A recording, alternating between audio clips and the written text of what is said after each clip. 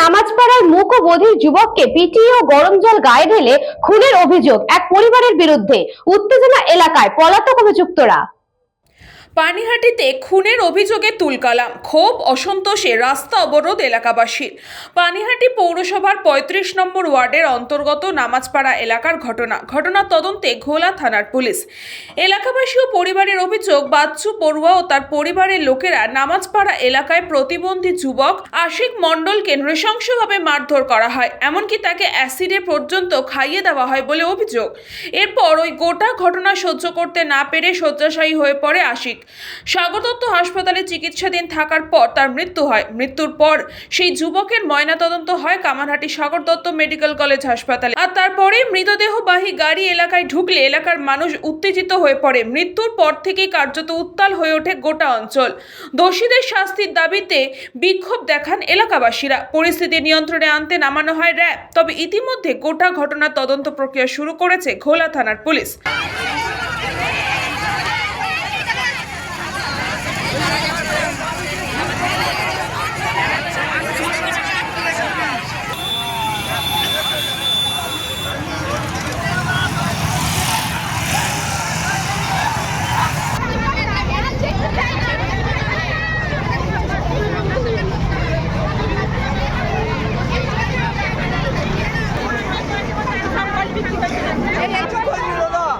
এইভাবে মারতে পারে না, যে মেরেছে সে ক্ষতি করেছে, এইভাবে মারা উচিত হয়নি ওকে। আমরা বিচার চাই, বিচার চাই, বিচার চাই, ন্যায্য বিচার চাই, ন্যায্য বিচার।